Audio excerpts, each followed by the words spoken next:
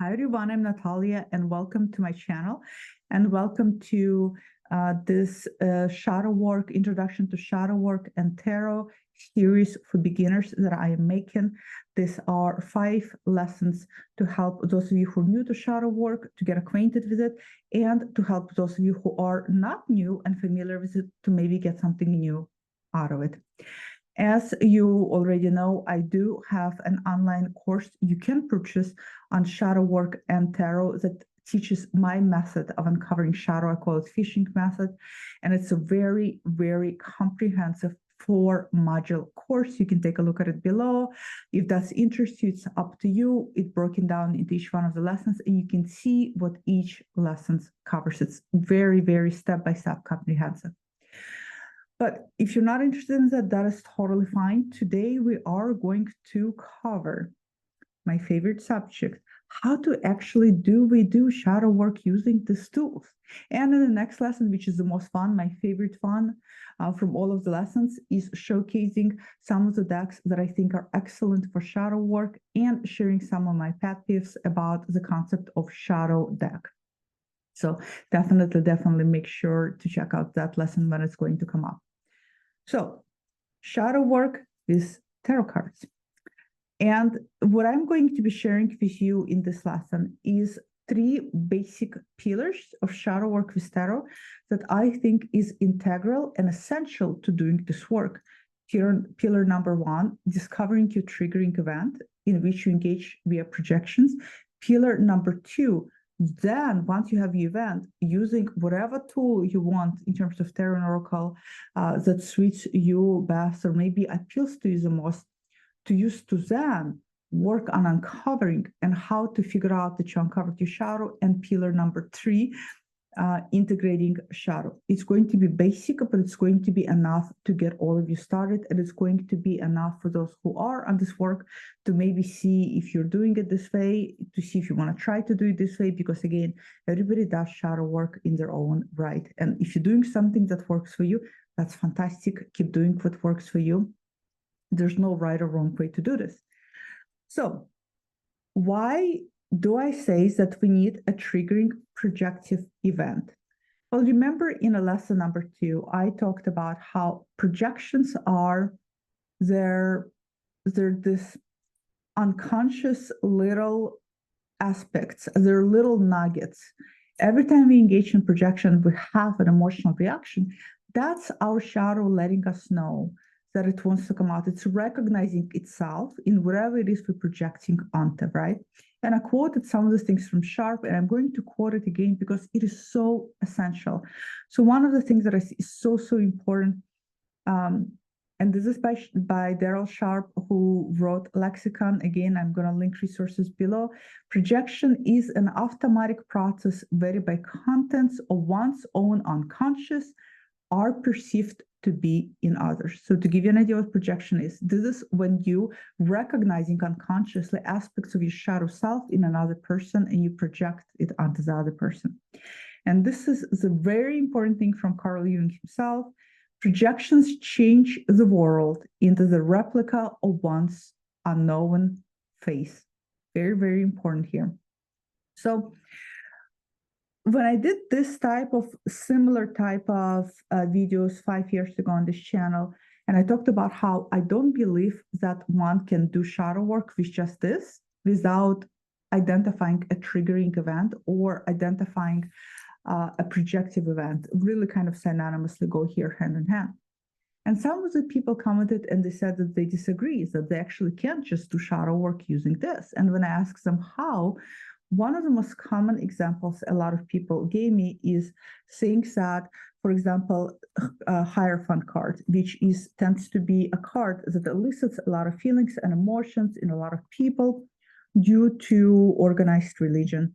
And a lot of people said that all they had to do is take a look, I'm trying to find it here, is to take a look at the Hierophant card. And as they look at the Hierophant card, they are having a lot of reactions to that card. And that's in of itself enough for them to start journaling, start doing additional card draws in order to figure out what lies underneath the shadow in relationship to that Hierophant. We got him. So, yes, that is true. You can do that. Of course, it is super effective. But one thing that I would disagree on is that in this case, using a card that you already consciously knew you had a response to, right, is now, this is almost like past. Uncovering shadow is not knowing what lies within. What you're doing is you recognizing that there is an element of reaction to the card, right? Maybe even recognizing that it is your own projections here, creating the triggering point for you. So you're still using a card to elicit a projective feeling, to elicit a reaction. Because as you pull out this card, you're having a reaction to it.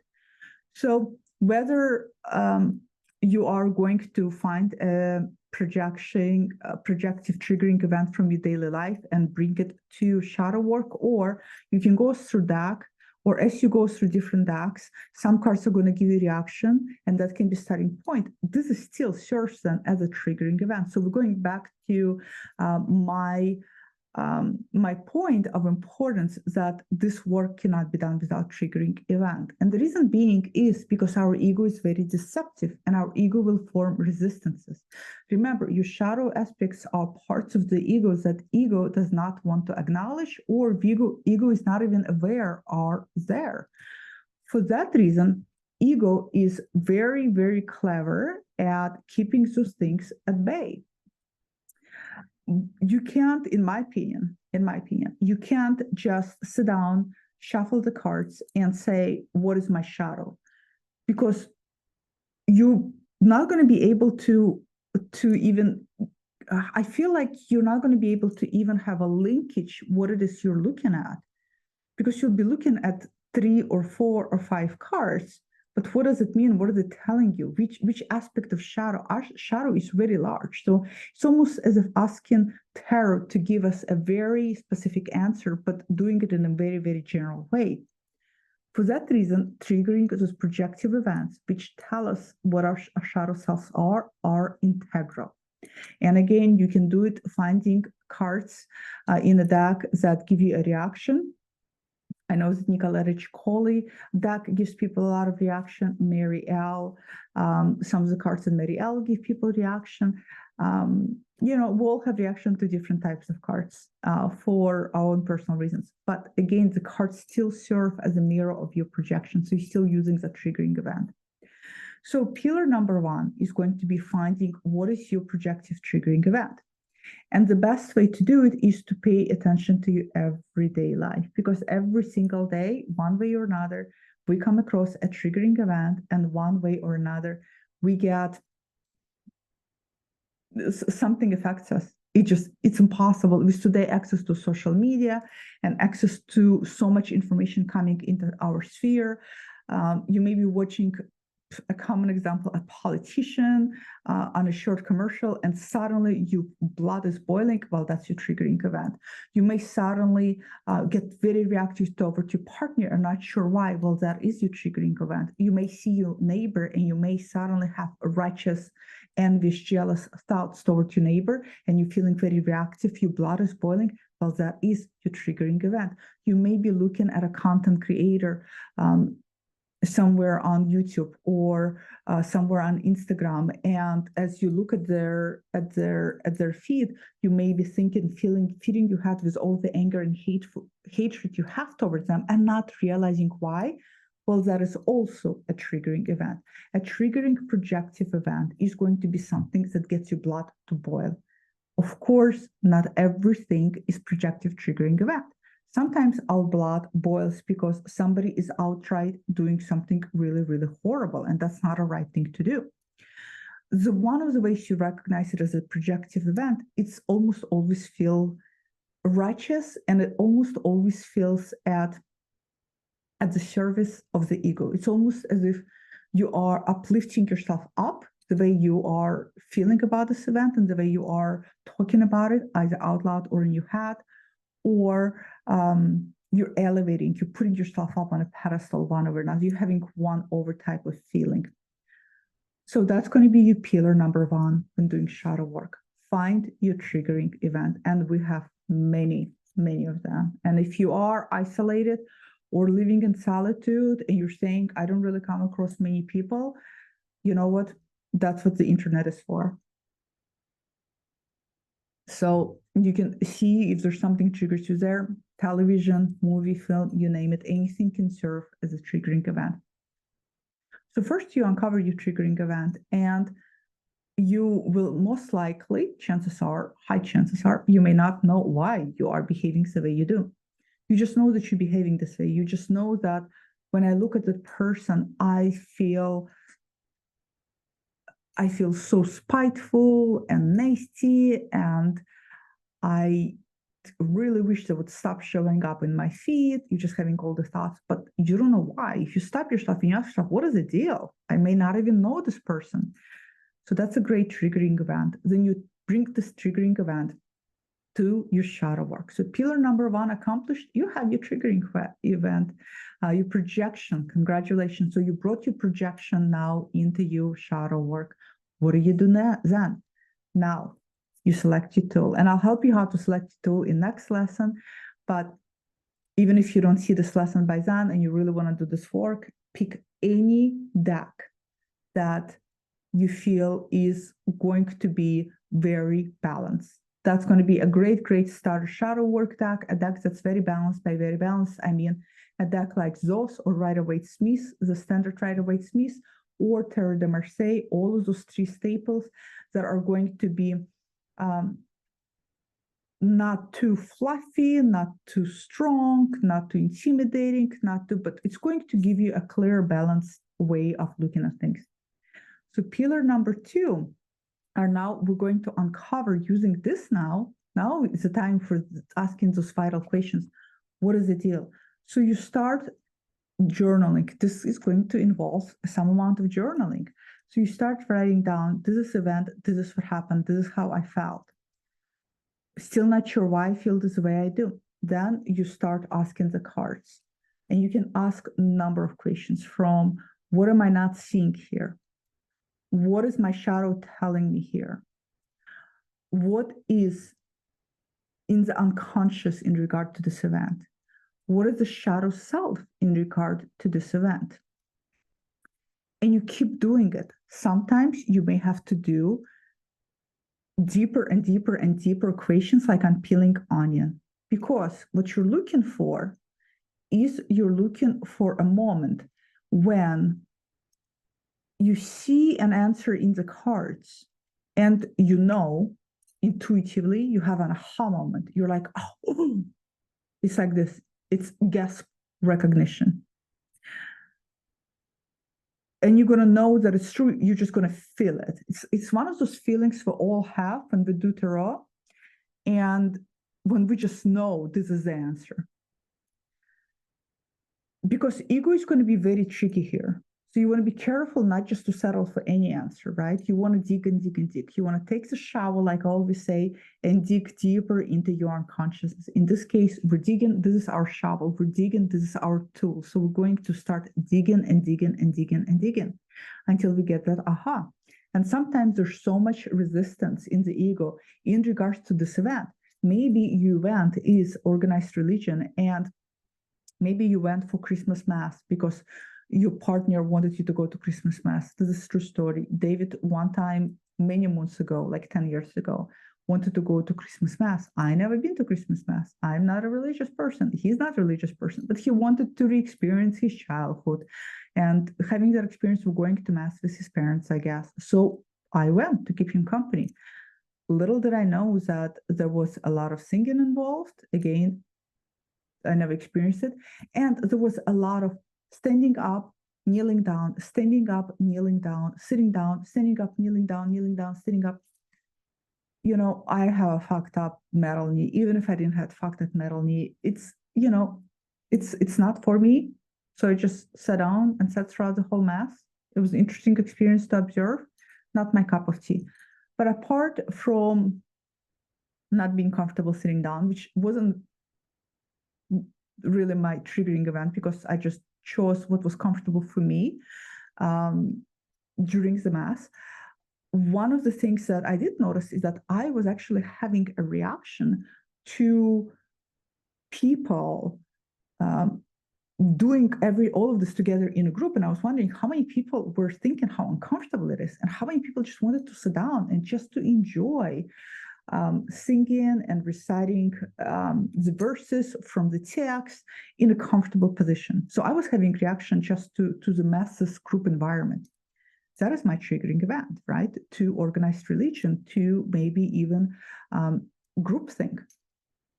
So when you're going to do whatever it is your thing, your event, and then you're going to do the card reading on it, you're looking for that aha moment, because ego can be blocking a lot of things. Ego can be blocking recognizing what it is that was so triggering for you. And it could have been something, for example, with that particular example, it could be that what was so triggering for me is that I have, it's part of my unconsciousness is a strong sense of rebelliousness. And I hate to be part of the conformity, which is actually very true of myself. It could be that I was maybe shamed as a little kid when I didn't follow the rules and I repressed that part of myself. It could be a multitude of things. It could be not so literal in regards to the event itself. So you want to dig and dig and dig until you get an answer that literally feels like, oh, like you just know, it clicks. Sometimes you're going to have to walk away from reading and do it again and do it again, do it again, because you have to bypass the ego doorway of resistance. And then finally, when you get to it, so this is going to be pillar number 2, accomplished. Pillar number 2 is finding your aha moment. I call it aha moment. And I always say this is classic for me now. Having an aha moment is not enough. Having an aha moment is not enough. Having an aha moment means you now brought an element of unconsciousness into conscious. You took it, you brought it to a light, you're shining a light in it, and you're saying, this is part of my shadow. This is why I'm having reaction to it. This is a great first step, but you have to do something with this aha. And if you don't do something with it, you're wasting the most essential ingredients this work is giving you. So then you go to pillar number 3, and that's integration. So now that you uncovered, for example, now that you uncovered that perhaps the reason why you're having such reaction to Hierophant and organized religion, and maybe let's use my example. The reason why I was having such a reaction is that I was shamed for not conforming with the rest of society. As a little child, let's say, I was shamed for not following the rules, for being a rule breaker. And as a result, I repressed that part of me, and now that part of me wants to come out. Well, now that I recognize it and I'm like, oh my God, this is part of my personality. This is actually who I am. I have that aha moment. Now that I'm aware of it, I get to sit down and I get to ask myself, what do I want to do with this information? In other words, do I want to integrate it into my whole personality and start operating from it and bring it more to light? Do I see this quality as good? Because remember, your shadow self aspects of you are either good or bad. We have some darkness to us. Sometimes we find out that what's in our shadow is that we can be very sadistic towards other human beings. And part of the integration of something that is negative has more to do with awareness. You integrating it to the point where you are aware you have it in you.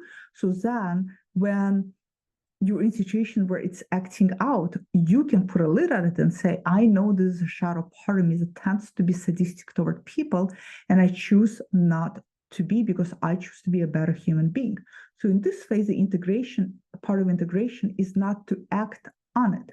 But if it is part of you that rebels against the norms, that is a rebel, which is, in my opinion, is a fucking amazing thing, well, I want more of that in my life. So how am I going to integrate it? Well, for me, integration is going to be deciding steps in my life where I want to showcase that part of me. Maybe on this channel, I'll be thinking about talking about topics that may be taboo. Maybe I will want to do something unconventional. Maybe I will notice myself being fearful and holding myself back when I want to do something because I'm afraid how majority is going to look at me, and then I'm going to remind myself, but there's big part of your personality that is a natural rule breaker. So embrace it, go with it. This is exactly who you are. Be in alignment with who you are versus in disalignment. So this is pillar number 3, integration, looking at information and deciding whether you're going to want to bring it more into your life because it's a good part of you, or whether you're going to be more mindful, and how you're going to be more mindful of this part. And if it is a negative part of you, how can you work on accepting it? And how can you work on also owning that part of you without shaming or guilting yourself or feeling really, really bad about yourself having that part? Because trust me, all of us have bad parts. Mother Teresa had bad parts. Nobody is a saint. None of us are saints. It's called being human beings. Being a saint means being self-aware and not acting out on negative parts in ourselves, especially in regards to our fellow human beings. That's what called being a saint. So this is the 3 pillars. Find the triggering event, uncover aha moment. What is the shadow underneath your triggering event? And then integrate it. So this is how you do. It's very basic of the shadow work. If you do shadow work differently, comment below and share. What is your method? What are your pillars? Maybe you use one of the pillars from pillars I talk about. Maybe you use all of them. Maybe you use none of them. Share a little bit. If you have tried this, how did it work out? If you're new to shadow work, share your comments below. And then I will see you all in lesson number 4, my favorite, when I'll be showcasing you lots of tarot and oracle cards that I think are wonderful for shadow work, and how to break them down into some categories to help you pick based on some of the thematic elements. So I'll see you in that lesson, and I hope you all have a wonderful day. Bye.